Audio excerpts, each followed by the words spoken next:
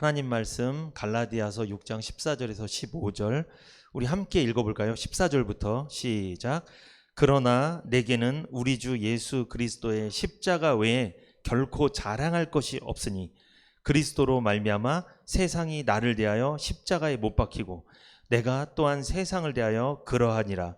할례나 무할례가 아무것도 아니로되 오직 새로 지으심을 받은 자뿐이니라. 아멘. 갈라디아서 6장 14절과 15절을 중심으로 십자가만 자랑하는 사람이라는 설교 제목입니다. 같은 교회를 다니면서 같은 예배를 드리고 같은 말씀을 받았고 같이 교제했고 같이 식사했고 같이 헌신했음에도 저 성도와 나의 신앙이 색깔이 다르게 느껴질 때 당황스러울 때가 있습니다. 분명히 모든 신앙생활을 같이 했는데 가만히 보면은 저 사람이랑 나랑 뭔가 달라요. 이 신앙의 양상이 다르다는 거예요. 누가 맞고 누가 틀린 건지, 내가 맞고 저 사람이 틀린 건가, 아니면 저 사람이 맞고 내가 틀린 건가? 어떻게 이럴 수가 있지? 똑같이 신앙생활 했는데. 맞고 틀린 것의 기준은 뭡니까? 그냥 뭐 다 귀찮으니까 그냥 모든 사람의 신앙의 모습들을 인정해야 될까요? 그냥 이것도 맞고 저것도 맞고 그것도 맞고 이렇게 해야 될까요? 그렇게 해서는 안 되겠죠. 감사하게도, 너무나 감사하게도 오늘 본문 갈라디아서 6장 14절에서 15절은 복음으로 구원받은 성도의 신앙의 기준을 제시하고 있어요. 우리가 잘 알고 있듯이 신약 성경에서 복음으로 구원받아서 복음을 사랑하고 복음에 미쳐서 복음만 전하다가 복음 때문에 순교한 사람이 있는데 누굴까요? 그 사람이?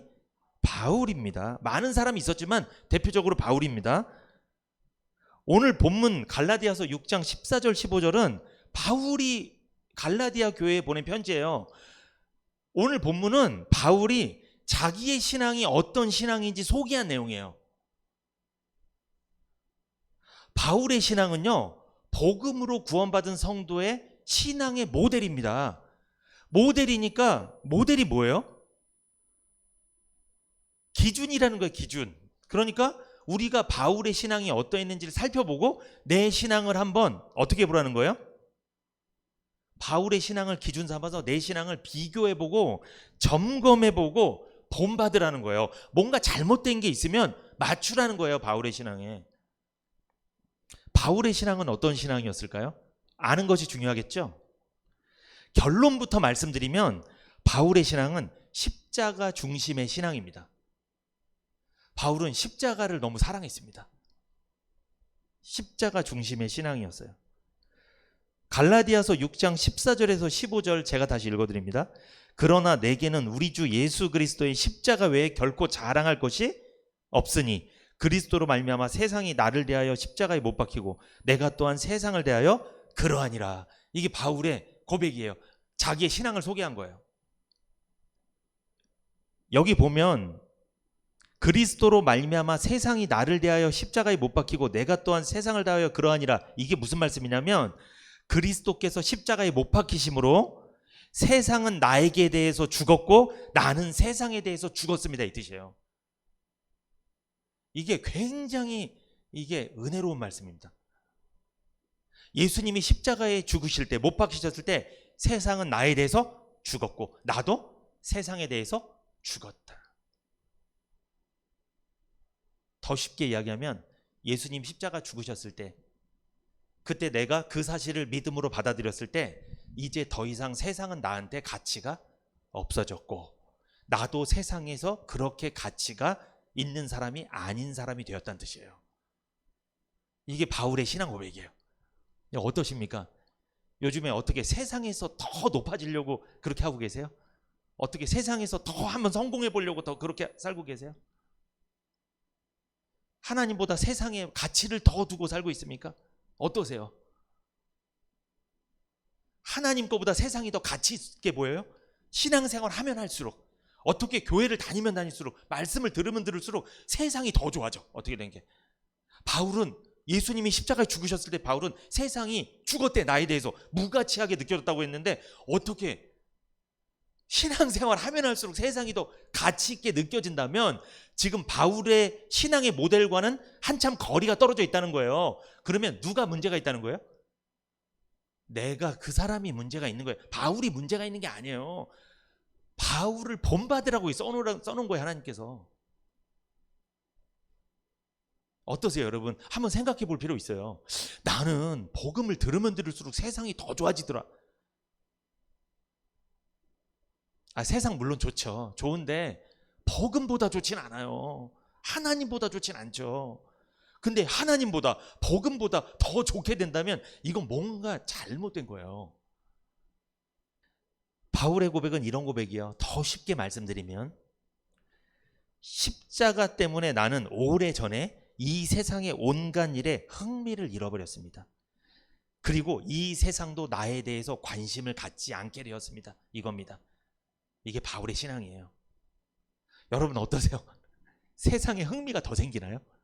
그리고 세상 사람들이 나 인싸야, 인싸. 내가 나를 더 좋아해. 어떻게 교회 사람들보다 세상 사람들한테 내가 인기가 더 많아? 어떻게 돼? 신앙생활 하면 할수록 내가 세상에 더 인기가 많아. 이거 뭔가 단단히 잘못된 거예요, 지금. 제가 이런 말씀 왜 해드릴까요? 바울의 신앙을 본받으라고. 저와 여러분은 이 바울의 십자가 중심의 신앙을 본받아야 될 줄 믿습니다. 아멘. 구원받기 전에 바울은 어떤 사람이었어요? 율법주의 신앙이었죠. 그런 그가 십자가 구속의 은혜를 경험하고 나서, 구원받고 나서 복음 안에서 살아가는 사람이 되었죠.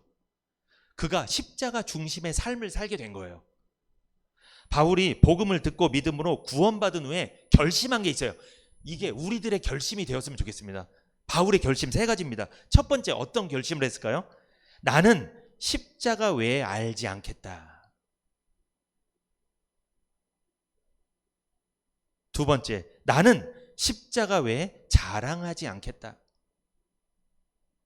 세 번째, 나는 십자가 외에는 전하지 않겠다. 이게 바울의 결심이었습니다. 우리들의 결심이 되어야 될 줄 믿습니다. 여러분, 저도 마찬가지고 우리 십자가 외에 아는 거 너무 많지 않나요? 너무 많이 알아서 십자가를 잊어버릴 정도로.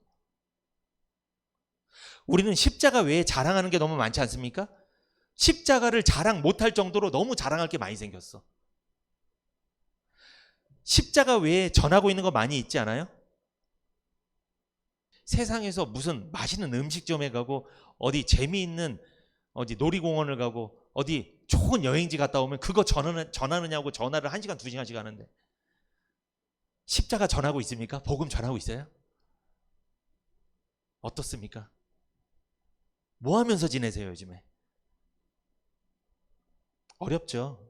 이렇게 살기 사실 어렵습니다. 십자가 외에 알지 않고, 십자가 외에 자랑하지 않고, 십자가 외에 전하지 않고 사는 것은 사실상 좀 쉽지는 않아요. 그러나 우리가 어렵지만 이런 삶을 우리가 본받아야 될 줄 믿습니다. 아멘. 고린도전서 2장 1절에서 5절까지 같이 한번 읽어봅니다. 시작. 형제들아, 내가 너희에게 나아가 하나님의 증거를 전할 때 말과 지혜의 아름다운 것으로 아니하였나니, 내가 너희 중에서 예수 그리스도와 그의 십자가에 못 박히신 것 외에는 아무것도 알지 아니하기로 작정하였습니다.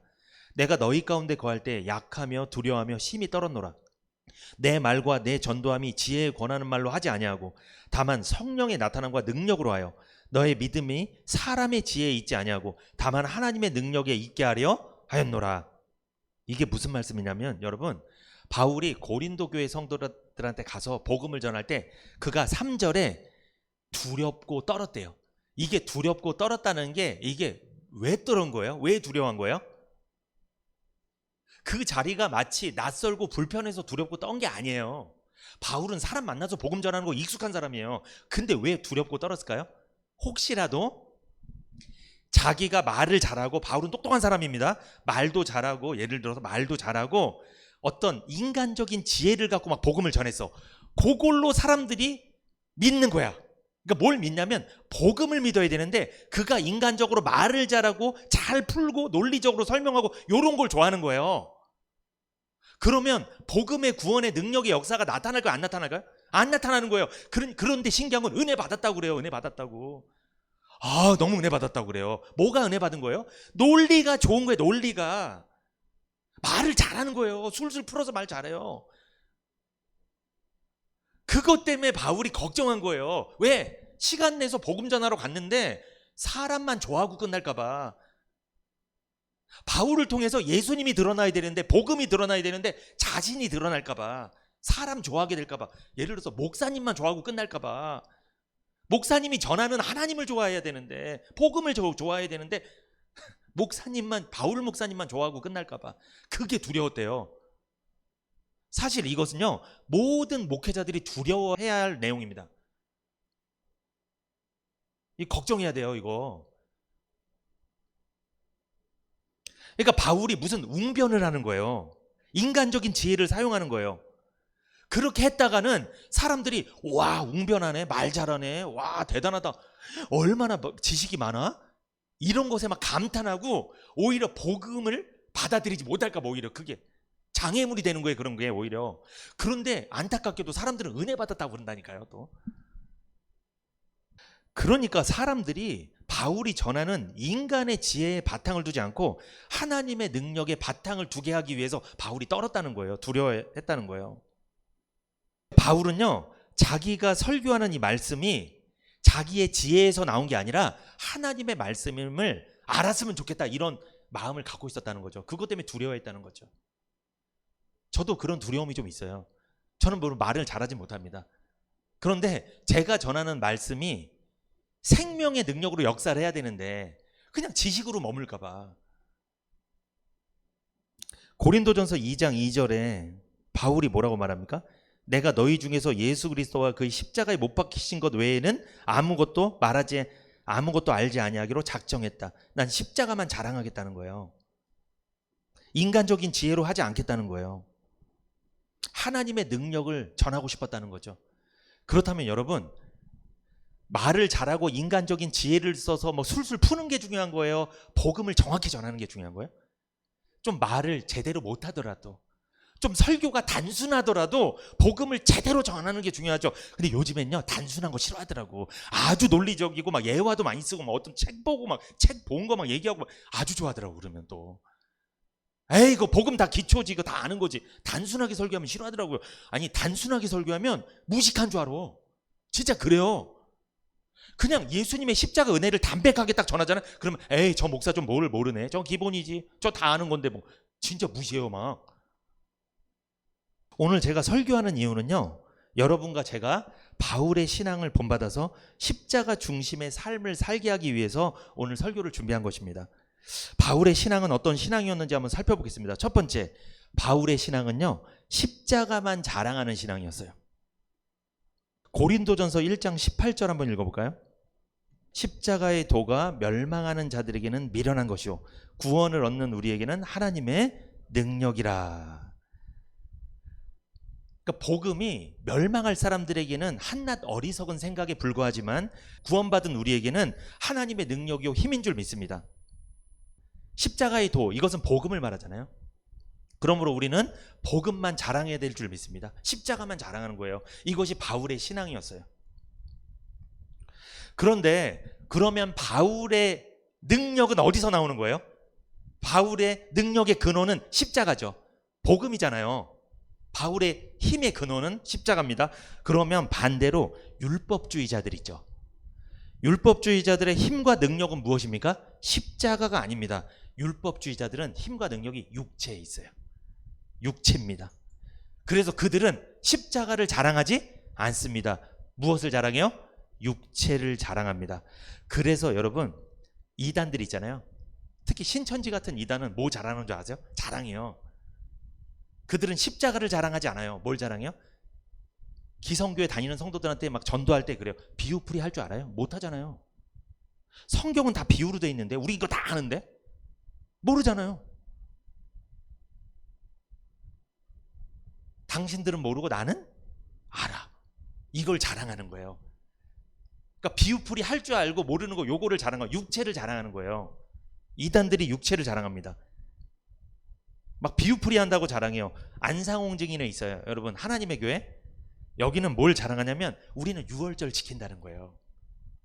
안식일이 어떤 날인지 모르죠. 우리는 안식일을 지킨다는 거예요. 당신들은 안식일 안 지킨다는 거야. 안식일도 모르고 유월절도 모르고 도대체 아는 게 뭐냐고 무식해서. 우린 다 안다고 이걸 자랑해요. 그리고 유대교 있죠. 이스라엘 나라 사람들이 지금도 믿는 유대교는 뭘 자랑할까? 율법을 자랑해요. 우리는 십계명을 철저히 지킨다. 율법을 철저히 지키는 걸 자랑하는 거예요. 여러분 이건 십자가를 자랑하는 거예요? 육체를 자랑하는 거예요? 육체. 자기가 하는 걸 다 자랑하는 거예요. 자기가 비유풀이하고 자기가 안식일을 지키고 자기가 유월절을 지키고 자기가 율법을 지키고 이건 십자가가 아닙니다. 율법주의자들은 율법을 자랑하는 자들이죠. 그래서 로마서 2장 23절 한번 읽어보세요. 율법을 자랑하는 내가 율법을 범함으로 하나님을 욕되게 하느냐. 율법주의자들은요 여러분 율법을 자랑합니다. 그런데 율법을 자랑하지만 자기들도 그거 다 못 지켜요 사실.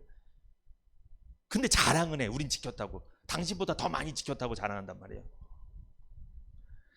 이단 집단들도요 여러분 자랑하는 것이 진짜 많습니다. 아까도 말씀드렸지만 비유풀이 할 줄 안다고 자랑, 우리 단체만 구원받는다고 자랑, 우리 단체에만 구원받는 교리가 있다고 자랑, 우리에게만 구원이 있다고 자랑. 여러분 만약에 우리한테만 구원이 있다고 만약에 어떤 교회에서 그렇게 자꾸만 이야기한다, 그건 문제가 있는 거예요.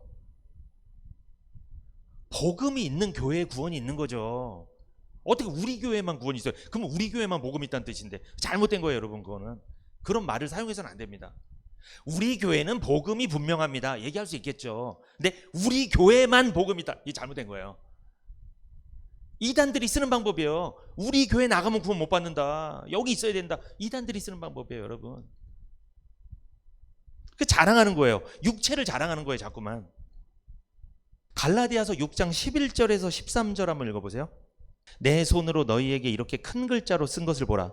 무릇 육체의 모양을 내려 하는 자들이 억지로 너희로 할례받게 함은 저희가 그리스도의 십자가를 인하여 핍박을 면하려 함뿐이라. 할례받은 저희라도 스스로 율법은 지키지 아니하고 너희로 할례받게 하려 하는 것은 너희의 육체로 자랑하려 함이니라. 이 갈라디아서 있잖아요. 이것은요 바울이 기록한 편지인데, 바울이 복음을 전해서 세워서 구원받은 성도들이 다니는 교회가 갈라디아 교회예요. 근데 바울이 떠난 이후에 율법주의자들이 침입했어요 이 교회에. 그래서 갈라디아서는 바울이 율법주의를 비판하고 복음을 드러내는 중요한 말씀입니다. 근데 갈라디아서 6장 11절에 보면 이런 말씀 있죠. 내 손으로 너희에게 이렇게 큰 글자로 쓴 것을 보라. 이게 무슨 뜻이냐면 바울이 글자를 크게 써서 주목해서 보라는 거예요. 이것을 잘 보라는 거예요. 강조한 거예요. 크게 쓸 테니까 요거를 잘 새겨두어라, 잘 봐라. 바울이 친필로 쓴 귀한 메시지였죠. 율법주의자들의 특징에 대해서 알려줄 테니까 이거 큰 글자로 써놓을 테니까 그거 잘 새겨둬라. 그거 새겨뒀다가 그렇게 행동하는 사람들이 바로 무슨 주의자다? 율법주의자다. 이렇게 바울이 율법주의자의 기준에 대해서 여기다 또 써놨어요. 참 친절하죠. 그렇다면 바울이 말한 율법주의자는 어떤 사람들인가? 율법주의자의 특징을 좀 살펴보겠습니다. 첫 번째, 여러분 갈라디아서 6장 12절 보세요. 12절. 무릇 육체 모양을 내려 하는 자들이 억지로 너희로 할례받게 하려 함은 저희가 그리스도의 십자가를 인하여 핍박을 면하려 함뿐이라. 율법주의자는 첫 번째 외식하는 자입니다. 그러니까 육체 모양을 내려 하는 자들이라고 돼 있죠. 12절에. 육체의 모양. 그러니까 내면은 중요하지 않고 뭐다? 육체의 모양만 내려하는 자들이죠. 한마디로 이거를 외식하는 자들이죠. 여러분 외식은 뭐예요? 겉을 꾸미는 거예요. 제가 일전에 설교 때 말씀드렸습니다. 겉은 굉장히 부풀러 있는데 좋아 보이는데 속은 아무것도 없는 거예요. 이게 외식이에요. 겉은 아름다운데 속은 썩은 거예요. 부패한 거예요. 이게 외식입니다. 율법주의자들은 내적인 능력은 없지만 겉모습을 치중하는 사람들입니다. 그래서 여러분 마태복음 23장 25절에서 27절까지 한번 보세요. 화 있을진저 외식하는 서기관들과 바리새인들이여, 잔과 대접의 겉은 깨끗이 하되 그 안에는 탐욕과 방탕으로 가득하게 하는도다. 소경된 바리새인아, 너는 먼저 안을 깨끗이 하라. 그리하면 겉도 깨끗하리라. 화 있을진저 외식하는 서기관들과 바리새인들이여, 회칠한 무덤 같으니 겉으로는 아름답게 보이나 그 안에는 죽은 사람의 뼈와 모든 더러운 것이 가득하도다. 한마디로 이게 뭐예요, 여러분? 잔과 대접 겉은 깨끗하지만 그 안에는 탐욕과 방탕으로 가득하다. 안을 깨끗하게 하라. 그럼 겉도 깨끗하리라.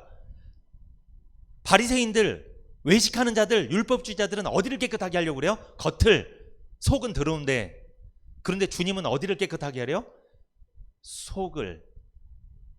더러운 것이 겉에서 나오는 게 아니라 속에서 나오니까 이 속을 깨끗이 하면 너희들 겉이 깨끗해지는 거야. 주님은 이렇게 말씀하셨는데 그들은 속이 더럽든 말든 겉만 깨끗하게 하는 거예요. 그래서 여기 27절에 보면 회칠한 무덤이라고 나오죠. 바리새인들은요, 회칠한 무덤이라고 주님이 표현한 것은 겉과 속이 다르다는 거예요. 위선자들이라는 거죠. 유대인들은요, 여러분, 장례를 치를 때 사람이 죽으면 굴 같은 데다가 시체를 넣고 그 방부제 처리를 해서, 왜냐하면 날이 더우니까 시체가 썩어버리니까 방부제 처리를 빨리 해갖고 굴 같은 데다가 집어넣고 돌무덤으로 막아버려요. 이렇게.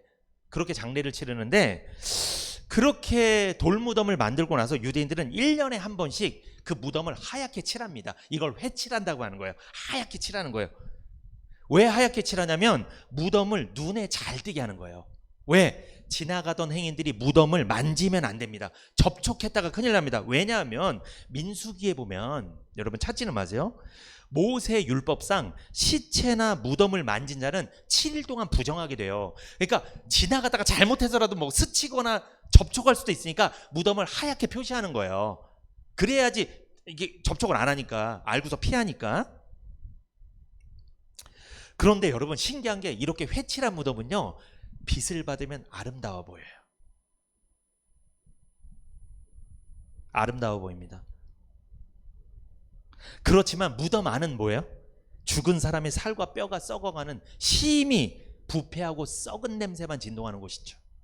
겉으로는 좋게 보이고 아름답게 보이고 옳게 보이지만 그 안에 불법과 부패가, 부정이 가득한 자, 바로 누구? 바리새인들. 회칠한 무덤이라는 거예요.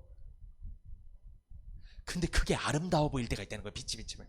여러분, 교회 신앙생활 하는데도 율법주의적으로 신앙생활하는 분들이 있어요.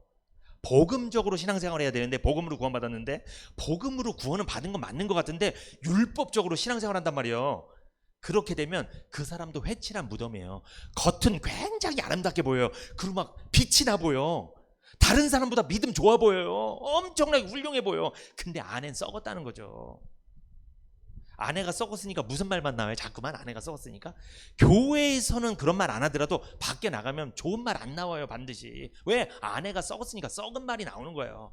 아내가 부정하고 부패하고 나쁜 것이 가득하니까 그게 쏟아져 나오는 거예요. 교회에서는 회칠했으니까 여기서는 아름다워 보이는 거예요.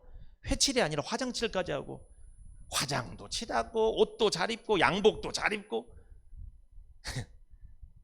밖에 나가면 다 썩은 게 나오는데, 다 털어보면 전부 다 썩은 말만 나오는데, 이게 회칠한 무덤입니다. 여러분, 우리가 구원을 받았어도 율법주의처럼 살 수가 있어요. 잘못하면. 겉과 속이 다르면 그렇게 되는 거예요. 이 남 이야기가 아닙니다, 여러분. 이게 왜 자꾸만 겉을 치중할까요? 왜냐하면 육체를 자랑하기 때문에 그래요. 왜? 십자가를 자랑하기 싫어서 그래요. 자기 겉을 자랑하고 싶은 거예요. 사람들에게 보이는 것을 좋아합니다, 이런 사람들은. 그래서 마태복음 6장 5절, 또 너희가 기도할 때 외식하는 자와 같이 되지 말라. 저희는 사람에게 보이려고 회당과 큰 거리 어귀에 서서 기도하기를 좋아하느니라. 내가 진실로 너희에게 이르노니 저희는 자기 상을 이미 받았느니라. 바리새인들은 어디서 기도하기 좋아한대요? 회당과 큰 거리 어귀에 서서. 회당과 큰 거리 어귀는 누가 많아요? 사람들이 많으니까 여기서 기도하기를 좋아한대요. 왜 기도하기를 좋아할까요? 내가 어떤 사람인지 보여주려고. 나는 기도의 사람이야. 이거 보여주려고. 그러니까 이 사람들은요, 육체적 노력이나 공로를 자랑하고 싶은 거예요. 외적 행위를 자랑하고 싶은 거죠. 그런데 주님은요, 외적 행위보다 중심이 거듭나기를 원하시는 거예요. 여러분, 겉사람이 아무리 거듭나면 뭐 할 거예요? 천국은 누가 가는 거예요? 겉사람이 가요? 속사람이 가요? 속사람이 가는데 속사람이 거듭나야지. 겉사람만 아무리 깨끗하게 하면 뭐예요? 속사람은 더러운데 그럼 지옥 가는데, 속사람이 지옥 가버리는데 속사람을 깨끗하게 해야지. 겉은 좀 더럽더라도, 겉은 좀 부족하더라도, 겉은 좀 연약하더라도 속사람이 거듭나야지. 여러분, 니고데모도 회칠한 무덤이었죠. 얼마나 대단한 사람이에요. 그 사람 산헤드린 그 회원인데, 명예와 권력과 돈이 다 있던 사람인데 얼마나 화려한 사람이었어요. 그러나 속은 썩은 사람이었어요. 그 사람도. 그 밤에 주님 만났죠. 하나님은요, 중심을 보시는 분이십니다.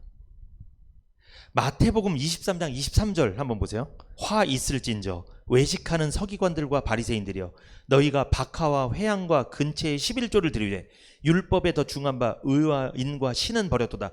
그러나 이것도 행하고 저것도 버리지 말아야 할지니라. 이게 무슨 뜻이에요? 너희가 바리새인들이여, 너희가 박하와 회향과 근체의 11조는 드렸다. 그러니까 11조를 드린 거는 잘한 거다. 그래, 그것은 잘했다. 그런데 11조를 드리되 율법에 더 중한 바 의와 인과 신은 버렸다. 믿음으로 순종하는 것을 신이라고 해요. 믿음으로 순종하는 게 신. 그리고 의는요, 하나님의 말씀을 기준으로 하는 거예요. 내 생각을 기준으로 하는 게 아니고 하나님의 말씀을 기준으로 하는 것이 의입니다. 그리고 이는 뭐냐? 이는요, 하나님의 사랑에 근거해서 하는 거예요. 하나님의 사랑을 받았으면 내 형제를 내 몸과 같이 뭐하라? 사랑하라. 사랑하는 마음에서 하라는 거예요.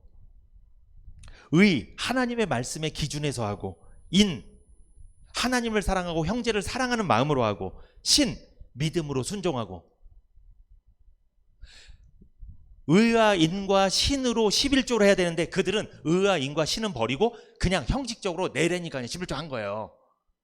그러니까 이게 무슨 11조를 말하는 거예요? 이건 복음적인 11조가 아니라 무슨 11조? 율법적인 11조를 한 거예요.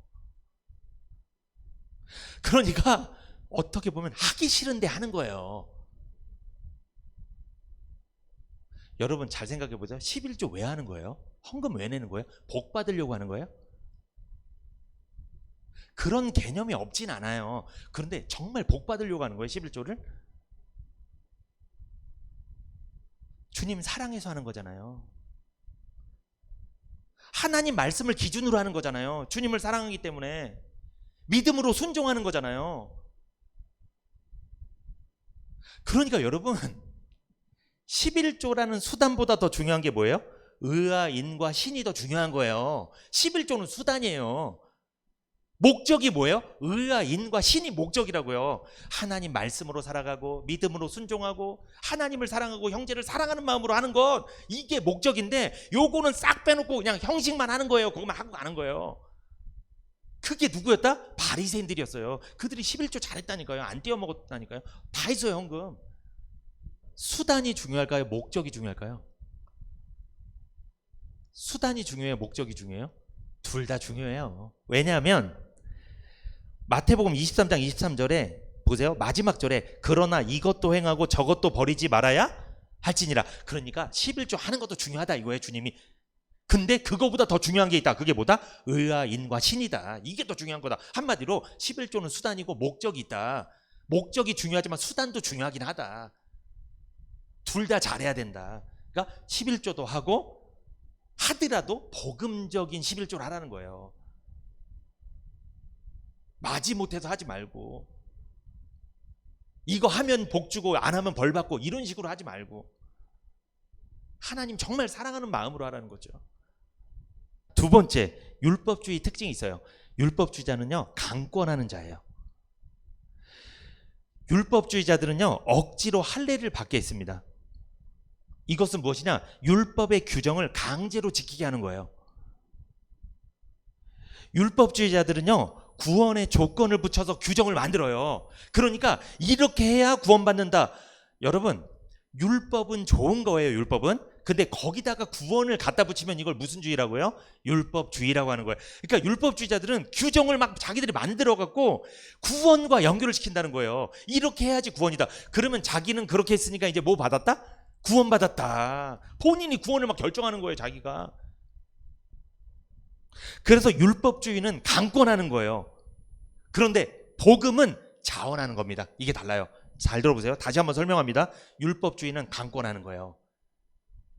헌신도 강제적으로 억지로 하고 하기 싫은데, 예배도 하기 싫은데 억지로 하고, 헌금도 하기 싫은데 남 눈치 보이니까 막 헌금도 하고, 억지로 하는 거예요. 뭐든지 다. 왜? 겉을 중요하니까, 외식하는 사람이니까. 근데 이게 자원하는 마음에서 하는 게 아니에요. 마지못해 하는 거예요. 억지로. 왜? 안 하면 들통나니까. 자기 믿음 없는 사람처럼 보이니까. 율법주의는 강권하는 사람입니다. 그러나 복음은요, 자원함이 있는 거예요. 신약성경 여러분, 누가복음 19장 8절 한번 보세요. 삭개오가 서서 주께 여짜오되 주여 보시옵소서, 내 소유의 절반을 가난한 자들에게 주겠사오며 만일 네 것을 토색한 일이 있으면 4배나 갚겠습니다. 삭개오는 나쁜 부자였습니다. 그는 모든 사람에게 비난받던 사람이었어요. 그러나 삭개오는 예수님께서 나무 위에 있던 삭개오를, 예수님 보기 위해서 나무 위에 올라갔던 삭개오를 내려오라, 내가 오늘 너희 집에서 유하여야 되겠다. 삭개오가 즐거워서 내려왔죠. 삭개오는 예수님이 삭개오의 죄를 알고 있었지만 모른 척 넘어가 주셨죠. 이거를 간과라고 합니다. 삭개오는 그날 간과하심을 받은 거예요. 구원을 받은 거예요. 그러니까 삭개오가 어떻게 변화됩니까? 자기가 누구 것을 사기친 적이 있으면 몇 배나 갚겠다? 4배나 갚겠다. 지금 예수님이 삭개오한테 너 누구 사기쳤지 물어봤어요? 안 물어봤어요? 물어보지도 않았는데 자기가 자원하는 마음으로 자기가 갖고 있는 돈을 내놓겠다는 거예요.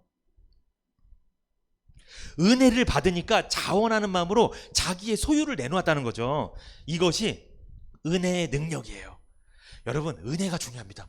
은혜를 받으면요, 하지 말라고 해도 해요. 하고 싶어서 한다니까요. 할 수밖에 없게 만든다니까요. 은혜를 받으면. 이거 중요한 말이죠. 할 수밖에 없게 만드는 능력이 은혜입니다. 대단한 능력이에요, 은혜는. 그렇게 돈을 아까워하고 돈에 욕심이 많은 나쁜 부자가 주머니에서 돈을 내놓는다는 건 쉬운 일이 아닐 것입니다. 근데 예수님이 죄를 지적한 적도 없고 너 사기쳤지 이런 말 하지도 않았는데 간과해 주시니까 자기 호주머니를 열어버려요. 이게 은혜의 능력이죠. 그런데 여러분, 그 뒷장을 보면 누가복음 18장 22절 보세요. 거기도 부자 한 명이 드러납니다. 부자 한 명이 거기도 나와요. 참 성경이 기가 막히게 기록되어 있는데 이게 비교해서 기록된 거예요. 누가복음 18장 22절에서 23절 시작.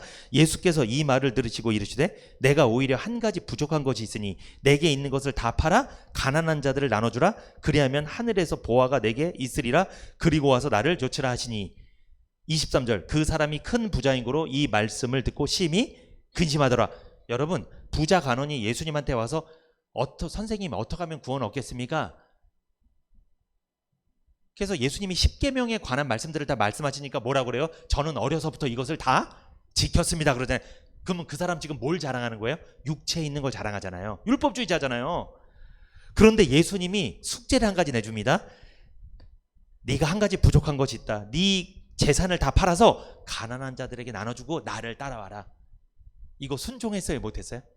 못합니다. 여기서 우리가 알 수 있는 거, 아까 삭개오는 예수님이 죄를 지적하고 돈을 내놓으라고 해서 내놓은 거예요? 자원해서 내놓은 거예요? 자원해서. 근데 이 사람은요, 시켜도 안 해요. 그러면 한마디로 이 사람 뭘 못 받은 거예요 지금? 은혜를 못 받은 거예요. 구원을 못 받은 거예요. 은혜를 못 받으면요, 시켜도 한다 안 한다? 안 합니다. 못 합니다. 안 해요. 23절에 누가복음 18장 23절. 그 사람이 큰 부자인 고로 이 말씀을 듣고 심히 근심하더라.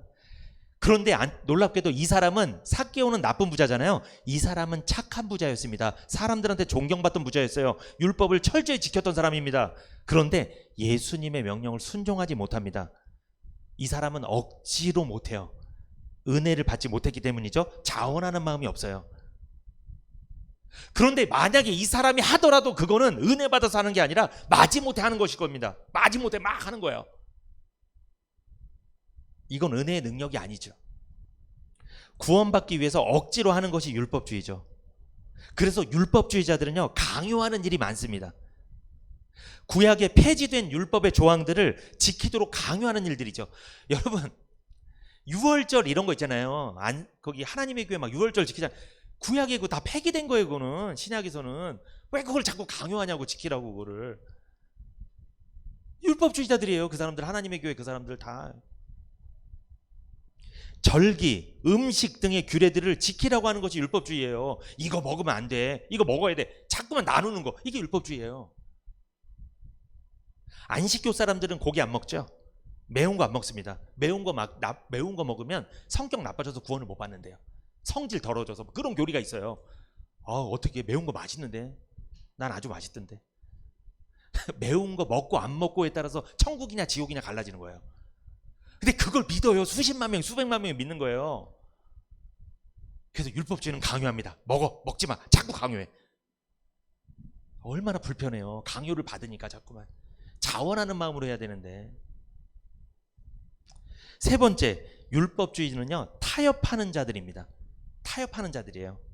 갈라디아서 6장 11절부터 13절까지 시작. 내 손으로 너희에게 이렇게 큰 글자로 쓴 것을 보라. 무릇 육체 모양을 내려하는 자들이 억지로, 육체 모양을 내려하는 자들, 외식하는 자들이죠. 억지로 강요한다는 거죠. 너희로 할례받게 함은 저희가 그리스도의 십자가를 인하여 핍박을 면하려 함 뿐이라.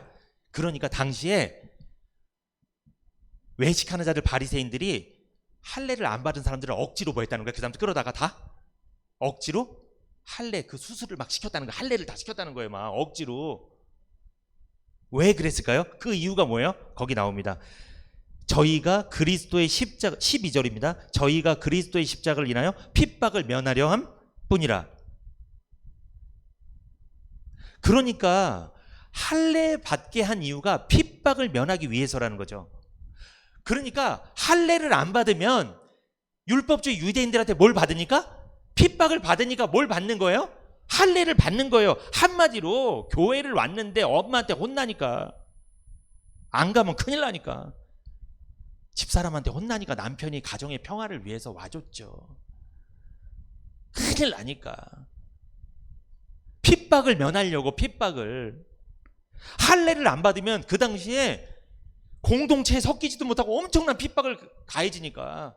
그랬어요. 그 당시에는 유대인 공동체에서 복음을 따라간다, 예수를 따라간다, 초대교회를 따라가면요 엄청난 핍박이 가해지는 거예요. 그러니까 할례를 받는데 왜 받는다? 살으려고, 핍박 안 받으려고. 그러니까 할례에 대한 믿음이 있었으면 또 몰라요. 할례에 대한 믿음도 없어요. 믿음도 없는데 그냥 받는 거예요. 왜? 안 하면 핍박 받으니까. 유대인들의 핍박을 면하기 위해서 타협한 거죠. 그러니까 율법주의자들은 사실은 타협하는 사람들이에요. 그래서 여러분, 율법주의자들은 쉽게 타협합니다. 율법주의자들은 복음이 없는 거잖아요. 복음이 없는 사람들은 비진리가 오면 쉽게 타협해요. 그래서 복음 없는 사람들이 이단에 잘 빠지는 거예요. 율법주의, 신천지, 뭐 어디 하나님의 교회 이런 데 잘 빠져요. 복음이 없는 사람들이 빠지는 거예요. 복음이 없는 사람들은 진리에 바로 서지 않습니다. 거짓에 타협하고 속임수에 타협하고 세상에 타협하는 거예요. 율법주의자들 이상한 사람들입니다. 이 사람들 타협하는 사람들이에요. 진짜 믿음이 좋아서 그렇게 하는 게 아니에요. 여러분, 우리도 말씀을 타협하지 말아야 됩니다. 복음의 원리, 말씀의 원리를 따라서 순종해야 될 줄 믿습니다. 환경이나 상황에 따라서 말씀을 변화시키면 안 돼요. 말씀 따라가야 돼요. 이러니까 이거 따라가고 저러니까 저렇게 따라가고. 그게 누가 하는 짓이냐면 율법주의자들이 하는 거예요. 왜? 뭐가 없으니까? 말씀이 없으니까, 기준이 없으니까, 복음으로 구원받은 적이 없으니까 자꾸 따라가는 거예요. 왜? 살아남아야 되니까, 핍박받기 싫으니까, 믿음 없는 사람처럼 보이기 싫으니까. 믿음 있는 척 해야 되니까 헌금도 해야 되겠고, 교회에서 헌신도 해야 되겠고, 직분도 받아야 되겠고. 왜? 망신당하니까, 그거 없으면. 그리고 직분도 받아야 교회에서 뭐 어느 정도 뭔가 거래도 이루어지니까, 뭔가 아는 척도 해주고 뭐 존경도 받고 이러니까.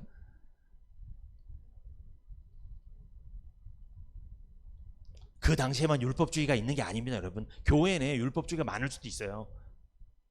자기는 아니라고 그러겠죠. 근데 하는 행동을 가만히 보면 강권해, 자꾸만 강요해, 그리고 자꾸 타협해, 그리고 자꾸 외식해. 이거는 율법주의자예요, 여러분. 제가 말씀드렸잖아요. 그게 율법주의자예요. 신앙생활에서 가장 경계해야 할 이단 사상이 율법주의입니다. 율법주의를 왜 경계해야 될까요? 이 사람들은 십자가를 자랑하지 않기 때문에 그래요. 육체만 자랑하기 때문에 그래요. 그래서 육체만 자랑하니까 자기보다 육체가 뛰어난 사람이 오면 전쟁이 일어납니다. 그래서 십자가만 자랑하면은 그렇게 화평을 이루는데 화목한데, 복음만 교제하면 화목한데, 육체를 자랑하니까 율법주의랑 율법주의 만나면 죽는 거예요. 그래서 전쟁인 거예요. 교회가 장난 아닌 거예요. 그래서 외식하고 강요하고 강권하고 그리고 타협하는 사람들은 십자가를 자랑하겠습니까? 안 하겠습니까? 없습니다. 할 수가 없습니다. 왜? 육체밖에 없는 사람인데 왜 십자가를 자랑하겠어요? 십자가 구속으로 은혜받은, 구원받은 성도는 절대로 율법주의 신앙을 가져서는 안 됩니다. 율법주의를 주의하십시오. 복음적인 신앙을 지키십시오. 이것이 우리의 사명입니다. 구원받기 전에 바울은 율법주의 신앙이었죠. 구원받은 후 바울의 신앙은 십자가만 자랑하는 신앙으로 바뀌었습니다. 왜? 바울이 십자가의 구속으로 은혜 받았으니까, 구원받았으니까. 십자가의 복음으로 구원받고 십자가 복음으로 살아가니까 그거밖에 자랑할 게 없는 거예요. 우리의 신앙에 무엇을 자랑해야 될까요? 그리스도의 십자가 외에 자랑하는 것은 육적인 겁니다. 그래서 여러분, 교회가 왜 문제가 일어날까요? 십자가 외에 다른 거 자랑하니까 문제가 생기는 거예요. 우리가 그래서 교제할 때도 좀 신중해야 돼요. 내 자랑 너무 많이 하잖아요. 할 수 있죠, 물론. 그런데 그러면요, 시기 분쟁이 일어나요. 반드시. 복음의 사람들은 십자가만을 자랑하는 사람들이죠. 두 번째, 갈라디아서 2장 20절 한번 읽어보겠습니다. 내가 그리스도와 함께 십자가에 못 박혔나니 그런즉 이제는 내가 산 것이 아니요 오직 내 안에 그리스도께서 사신 것이라. 이제 내가 육체 가운데 사는 것은 나를 사랑하사 나를 위하여 자기 몸을 버리신 하나님의 아들을 믿는 믿음에서 사는 것이라. 바울이 뭐라고요? 내가 그리스도와 함께 십자가에 뭐 했다? 못 박혔다. 근데 여기서 나는 어느 나를 말하는 거예요? 구원받기 전에 나죠. 구원받기 전에 옛사람. 그 옛사람이 십자가에 예수님과 함께 못 박혔다. 그런즉 이제는 내가 산 것이 아니요 내 안에 그리스도께서 사신 것이라. 이제 내가 육체 가운데 사는 것은 나를 사랑하사 나를 위하여 자기 몸을 버리신 하나님의 아들을 믿는 믿음 안에서 사는 것이라. 제가 일전에 형과 동생 이야기 말씀드렸죠. 형과 동생이 쌍둥이였는데, 형이 사형수였는데 동생이, 죄가 없는 동생이 형을 면회 갔다가 형이랑 옷을 바꿔 입고 동생이 형 대신에 죄도 없는데 죽었어요. 이제 형은 누구 이름으로 살아야 돼요? 밖에서 동생의 이름으로, 동생의 옷을, 동생이 쓰는 모든 것을 갖고 사는 거예요. 마찬가지죠. 우리도 예수님이 우리 죄를 가져가시고 예수님께 있었던 의를 우리에게 선물해 주셨습니다. 그래서 예수님은 죄인이 돼서 십자가에 죽으셨고 우리는 의인이 돼서 누구 이름으로? 예수님의 이름으로 예수님을 따라가는 삶을 살아야 된다는 거죠. 왜? 옛사람이 십자가에 못 박혔으니까. 이제는 형은 죽었으니까, 죄인이었던 형은 죽었으니까 의인인 동생이 살아남은 거니까. 물론 속은 형이지만, 우리도 속은 죄인이지만 그래도 예수님의 옷을 입은 거잖아요. 의의 옷을 입고 의인 된 거잖아요. 이제 예수님의 이름 따라서 살아야죠. 바울이 아까 이런 말을 했죠. 갈라디아서 6장에, 오늘 본문에 세상이 나를 대하여 십자가에 못 박혔다. 갈라디아서 한번 보세요. 오늘 본문 6장 14절. 그러나 내게는 우리 주 예수 그리스도의 십자가 외에 결코 자랑할 것이 없으니 그리스도로 말미암아 세상이 나를 대하여 십자가에 못 박히고. 여러분, 세상이 나를 대하여 십자가에 못 박혔다는 건 뭐예요? 세상이 나를 대하여 십자가에 못 박혔다는 건 세상이 죽었다는 거예요. 십자가에 못 박혔다는 건 십자가에 못 박힌다는 건 죽는다는 거잖아요. 세상이 나를 대하여 십자가에 못 박혔다는 건 세상은 이제 어떻게 됐다? 죽었다. 그러므로 이게 무슨 뜻이냐? 구원받은 성도는 세상이 무가치해진 거예요. 세상이 무가치해진 겁니다. 천국의 시민권을 가진 천국 시민이 되었기 때문에 이 세상의 가치는 천국보다 높지 않다는 거예요. 이 세상이 무가치해졌다고 여러분 이 세상을 떠나면 안 됩니다. 이 세상에 살아야죠. 사셔야죠. 그런데 천국보다 가치가 있지는 않다는 뜻이에요. 빌립보서 3장 20절 오직 우리의 시민권은 하늘에 있는지라 거기로서 구원하는 자 곧 주 예수 그리스도를 기다리노니. 우리의 시민권은 어디에 있다? 하늘에 있다라고 바울은 고백하죠. 그리고 갈라디아서 6장 14절에 보면 세상이 나를 대하여 십자가에 못 박히고 내가 또한 세상을 대하여 그러하니라. 내가 세상에 대하여 십자가에 못 박혔다 또 고백하죠. 그러니까 세상도 나에 대해서 십자가에 못 박혀서 세상이 이제 무가치해졌어. 그리고 나도 세상에 대해서 십자가에 못 박혔어. 그러면 나도 이제 세상에 대해서 죽었다는 거예요. 한마디로 뭡니까? 세상에 있었던 모든 스펙과 모든 것들은 이제 나한테 배설물이다. 그 뜻이에요. 빌립보서 3장 4절에서 9절까지 한번 볼까요? 그러나 나도 육체를 신뢰할 만하니 만일 누구든지 다른 이가 육체를 신뢰할 것이 있는 줄로 생각하면 나는 더욱 그러하리니 내가 8일 만에 할례를 받고 이스라엘의 족속이요 베냐민의 지파요 히브리인 중에 히브리인이요 율법으로는 바리새인이요 열심으로는 교회를 핍박하고 율법의 의로는 흠이 없는 자로라. 여러분 지금 제가 읽어드린 건 바울이 어디에 있을 때 스펙이에요? 세상에 있을 때 구원받기 전에 스펙이죠. 이게 다 무엇이 되었는지 고백합니다. 7절에 그러나 무엇이든지 내게 유익하던 것을 내가 그리스도를 위하여 다 해로 여길 뿐더러 또한 모든 것을 해로 여김은 내 주 그리스도 예수를 아는 지식이 가장 고상함을 인함이라. 복음을 받았더니 복음으로 구원받고 나니까 이 복음이 가장 고상한 거였다. 내가 그를 위하여 모든 것을 잃어버리고 배설물로 여김은, 그러니까 바울이 빌립보서 3장 4절에서 6절까지 있었던 세상 사람들이 그렇게 부러워하던 스펙이 다 뭐로 여긴다? 해로 여기고 배설물로 여기게 되었다. 이게 무슨 뜻입니까? 내가 세상에 대하여 십자가에 못 박혔다 이 뜻이에요. 그러니까 여러분 구원받은 성도는 이 두 가지 경험을 해야 돼요. 반드시 구원받으면, 예수님의 십자가가 믿어지면, 복음이 믿어지면, 첫 번째 세상이 천국보다 가치 있진 않아요.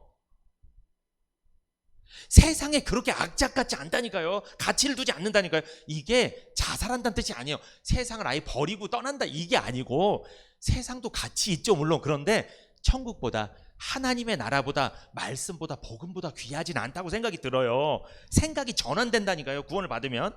첫 번째, 세상이 나를 대하여 십자가에 못 박힌 거예요. 이거는 가치가 바뀐 거예요. 이제 세상만 좋아하던 사람이 하나님 걸 좋아하게 된 거예요. 세상도 여전히 좋아하긴 하지만 하나님보다 좋아하진 않는다는 뜻이에요.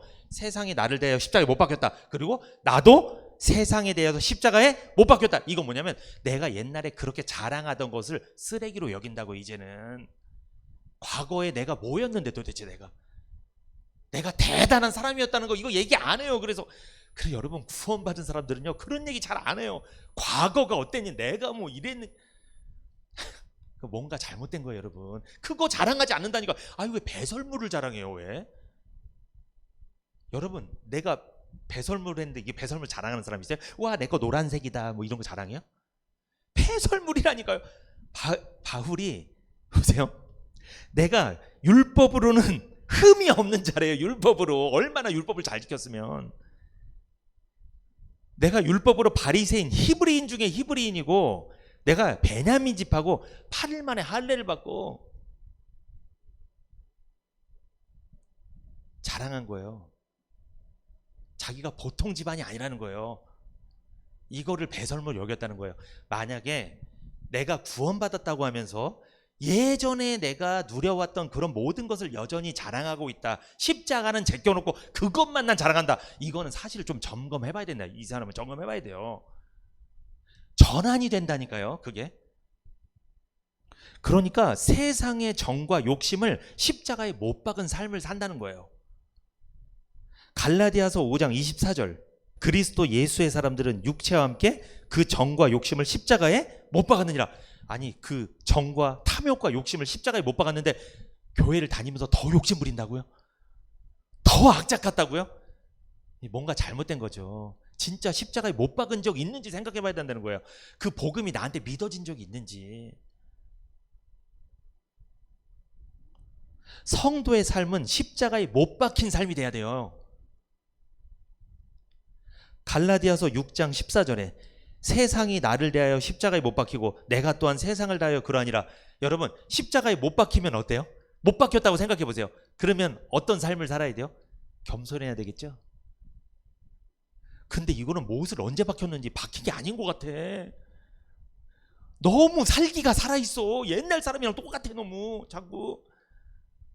어떻게 그럴 수 있냐고요. 못 박혔다는데 바울은 지금 못 박혔다고 얘기하잖아요. 아니, 못 박혔으면 꼼짝 못하게 된 거예요. 근데 어떻게 그렇게 옛날이랑 똑같을 수가 있어요. 구원받은 성도는요, 세상에 속한 사람이 아니고 천국의 시민인 것입니다. 구원받기 위해 사는 것이 아니라 구원받은 성도로서 사는 거죠. 그러나 율법주의자들은 육체를 자랑하고 구원받기 위해 살아가요. 그 사람들은. 우린 구원받은 자로서 살아가는 건데. 마지막입니다. 바울의 신앙은 세 번째, 거듭난 생명의 신앙입니다. 거듭난 생명의 신앙이에요. 갈라디아서 6장 15절 한번 읽어보세요. 할례나 무할례가 아무것도 아니로되 오직 새로 지으심 받은 자 뿐이니라. 여러분, 그 당시에, 이 당시에 신약이잖아요. 예수님 오셨으니까 신약이다. 이때 할례를 받았냐 안 받았냐, 이게 굉장히 문제였어요. 육체의 할례를 받았냐 안 받았냐. 그러니까 그 할례 받는 행위가 중요하다는 거예요. 그게 했냐 안 했냐가 중요한 거예요. 여러분, 율법의 행위가 중요한 게 아닙니다. 할례나 무할례가 문제가 아니에요. 그러니까 여러분, 여쭤보겠습니다. 신약에 와서 할례를 설사 안 받았다고 해도 예수를 믿으면 뭘 받을 수 있어요? 구원을 받는 거예요. 영적인 할례를 받으면 되는 거예요. 마음의 할례를 받으면 구원받는 거예요. 육신의 할례를 안 받았어도. 근데 그 당시에는 육신의 할례를 받았냐 안 받았냐 그것만 물어본다는 거예요. 그러면 여러분, 그 사람들은 지금 뭘 문제 삼는 거예요? 율법의 조항에만 관심이 있는 거예요. 육체 할례를 받아야 구원, 안 받으면 구원 아니고. 그러니까 구약에 사로잡혀 있는 거예요, 여전히. 그러니까 오늘날도 그런 사람이 있어요.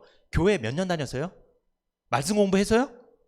이걸 문제 삼는 거예요. 계속 이렇게. 여러분, 말씀 훈련 안 받았어도 구원 받을 수 있습니다. 복음에는 하나님의 의가 나타나서 믿음으로 믿음에 이르게 하는데 구원 받을 수 있어요. 근데 자꾸 그걸 문제 삼는 거예요. 몇 년 다녔어요? 학습했어요? 이런 것만 문제 삼는다는 거예요. 자꾸만. 그러니까 거듭난 생명이 중요한데 그거에는 관심 없고 교리를 문제 삼는 거예요. 자꾸만. 조항, 지식 이것만 문제 삼는 거예요.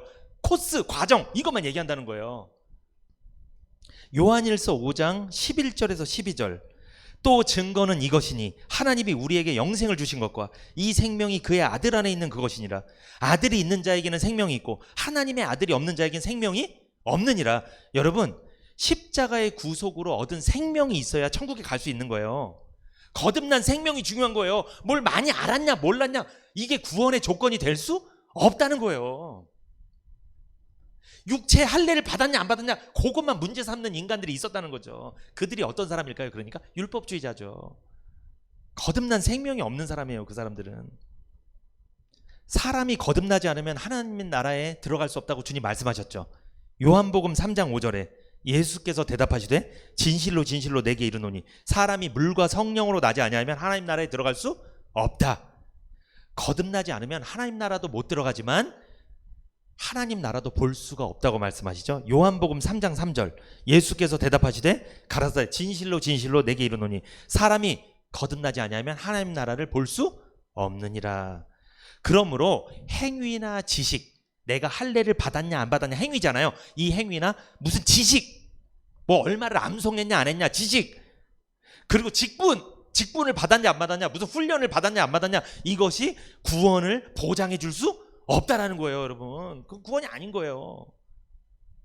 복음을 들으면 거듭난 생명이 역사하면 거듭나면 그 사람이 구원받은 거예요. 말씀을 많이 몰라도. 결론입니다. 율법주의 신앙은요, 구원받기 위하여 달려가는 신앙이에요. 반대로 복음의 신앙, 복음적인 신앙은 거듭난 생명을 가진 사람이 천국 시민권을 갖고 주님을 닮아가며 살아가는 삶이죠.